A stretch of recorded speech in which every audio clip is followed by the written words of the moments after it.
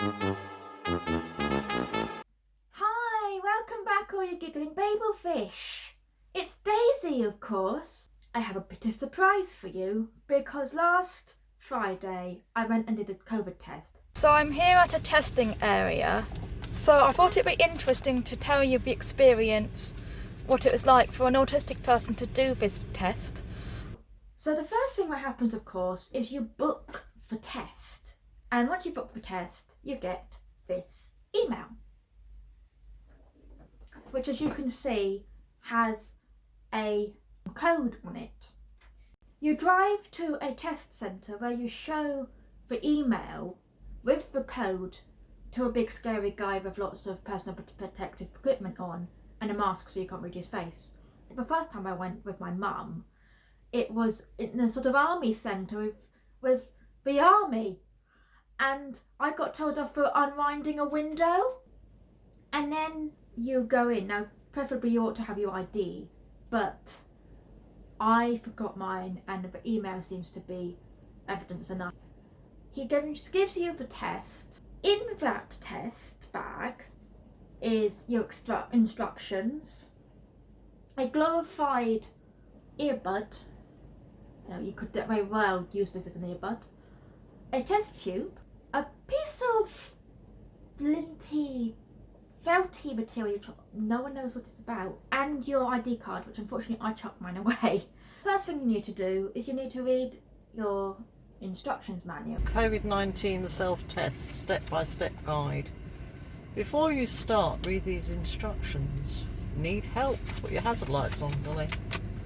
Where are we? Take a sample swab, tonsils in the nose, put swab sample into a plastic vial, okay, that's a plastic tubey thing, and screw the lid on securely. Place plastic vial and white absorbent pad into Ziploc bag. Put Ziploc bag into biohazard bag. Take the sample from your tonsils at the back of your nose. Put on the gloves. Clean your sanitize it. Blow your nose. Oh God, have we got any tissues? I hope so. Check your contents. Oh, okay. Gently blow your nose into a tissue. This is so that you get rid of any excess mucus. Take the tissue home and throw it away in a bin. Oh, this is joyous. Look inside the back of your mouth and find your tonsils at the back of your throat. You can use the car vanity mirror to help. Open the package and gently take out the swab. This will be used for both tonsils and nose. Holding the swab in your hand, open your mouth wide and rub the tonsils for 10 seconds at the back of your throat without it touching your tongue. Put the same end of the same swab gently into one nostril until you feel slight resistance, about 2.5 centimetres up your nose. Rotate for 10 to 15 seconds. You only need to sample one nostril.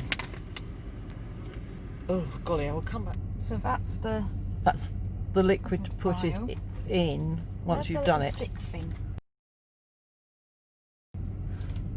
So first of all, I've got to stick it up my tonsils.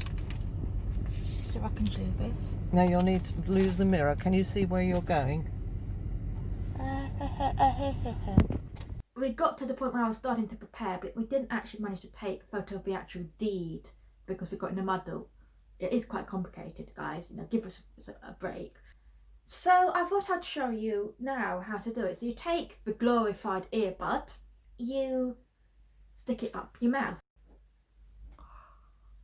So, for 10 seconds, but not touching your tongue. And you stick it up your nose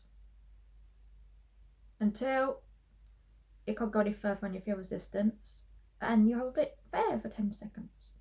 Disgusting. You're going to see a clip of me on the actual day, just finished the whole test. Okay, so that was horrible. I felt like I was going to vomit, and I couldn't help but cough, and I don't understand why you have to basically contaminate your nose with your mouth, and it's not pleasant to stick it up your nose that far. I gagged twice, and I have a good handle over my sensory issues. Sensory wise, it's very difficult. Now, there are some ways to make it easier. The first one is to bring a mirror, a bit like this one in this clip. Now they do suggest that you can use the car mirror like this one. But as you can see from the picture, it's small, it's not a very good mirror, and it's way too high up for you. You'd have to sort of kneel or something on the seat. The other one is you bring a decent flashlight. Now you could use your phone for a flashlight. I do suggest you bring a family member or a carer with you, and you shut your eyes, think of Britain, or as it may well be your special interest, and concentrate on that. Well, they do it for you, and you might just survive without a breakdown.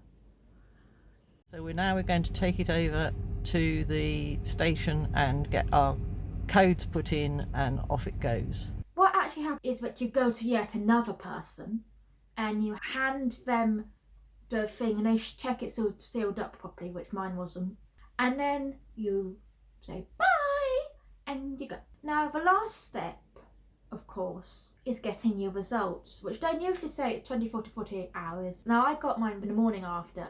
Here are my results. Yay! I am COVID free, and here's a little insider for you. So is my mum. And if anybody has any experiences of doing a test or found anything that is useful which I have not mentioned in making a test easier for anybody, not just autistic people, please do tell me. And I would like to hear your experiences, so do write it in the comments below. And subscribe, like and share if you think this is useful to anybody.